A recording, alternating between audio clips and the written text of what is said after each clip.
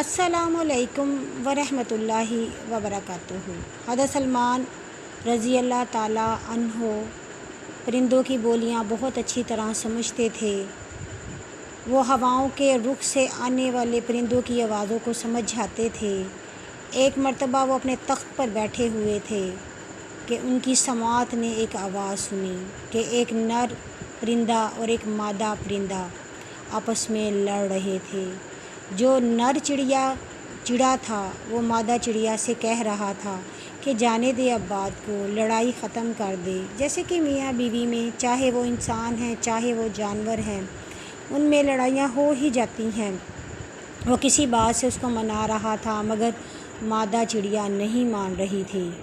تو نر چڑے نے اسے کہا کہ اگر تو کہے تو میں حضرت سلمان کا یہ جو بہت بڑی اس نے عمارت تیار کروائی ہے جنوں کے ذریعے، میں اس کو چونچ مار کر ہلا سکتا ہوں، اس کو تہو بالا کر سکتا ہوں۔ جب حضرت سلمان علیہ السلام نے یہ بات سنی تو انہوں نے اس چڑیا اور چڑے کو بلوا لیا اور کہا، اچھا تم اتنی بڑی بات کر رہے تھے، تمہارے اندر اتنی طاقت ہے کہ تم میری اس عمارت کو جسے میں نے جنوں سے بنوایا اس کو ہلا سکو۔ تو وہ چڑا ہاتھ باندھ کر کھڑا ہو گیا اور کہنے لگا، میرے آقا میری اتنی مجال کہاں، میں تو صرف اپنی بیوی کو متاثر کرنے کے لیے بات کہہ رہا تھا۔ تو حضرت سلمان علیہ السلام نے کہا کہ چڑیا تم ہی اس کی بات مان جاؤ، وہ جب تمہیں اتنا منا رہا ہے، اتنی بڑی بڑی چھوڑ رہا ہے۔ تو اس مادہ چڑیا نے کہا کہ میں اس کی بات اس لیے نہیں مانتی کہ یہ نہ صرف میرے پہ نظر رکھتا ہے بلکہ اوروں کی طرف بھی دھیان دیتا ہے۔ اس کو چاہیے کہ صرف میرے ساتھ ہی تعلق رکھے، میں اس کی بیوی ہوں، یہ پھر ادھر ادھر چڑیوں کی طرف کیوں دیکھتا ہے۔ یہ سننا تھا کہ حضرت سلمان رضی اللہ تعالیٰ عنہ بہت شدت سے رونے لگے۔ انہوں نے اس چڑا اور چڑیا کو واپس بھیج دیا اور 40 دن کے لیے خلوت میں چلے گئے۔ اس قدر روئے کہ انہوں نے اپنا آپ تہو بالا کر دیا۔ جب وہ مراقبے سے باہر آئے 40 دن بعد تو ایک آدمی نے کہا کہ آپ نے چڑیا اور چڑی کی صرف اتنی سی بات کو اتنے دل پہ لگا لیا۔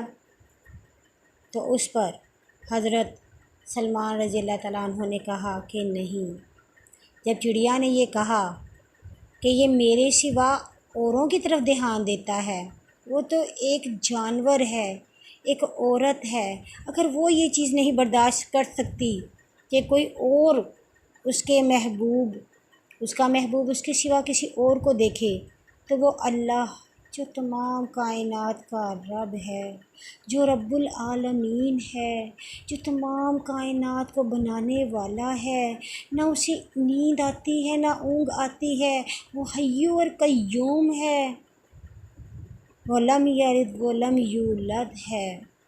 ہم کیسے اس کے ساتھ کسی کو شریک ٹھہرا سکتے ہیں؟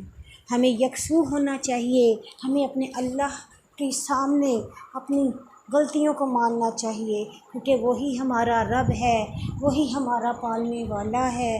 ہمیں اسی پر ہی توکل کرنا چاہیے، ہمیں اسی سے ہی محبت کرنی چاہیے، ہمیں اسی سے ہی مدد مانگنی چاہیے، ہمیں اسی پر ہی اعتقاد کرنا چاہیے، کیونکہ وہی رب ہے، وہی عطا کرتا ہے، اسی نے دنیا بنائی ہے۔ سبحان اللہ۔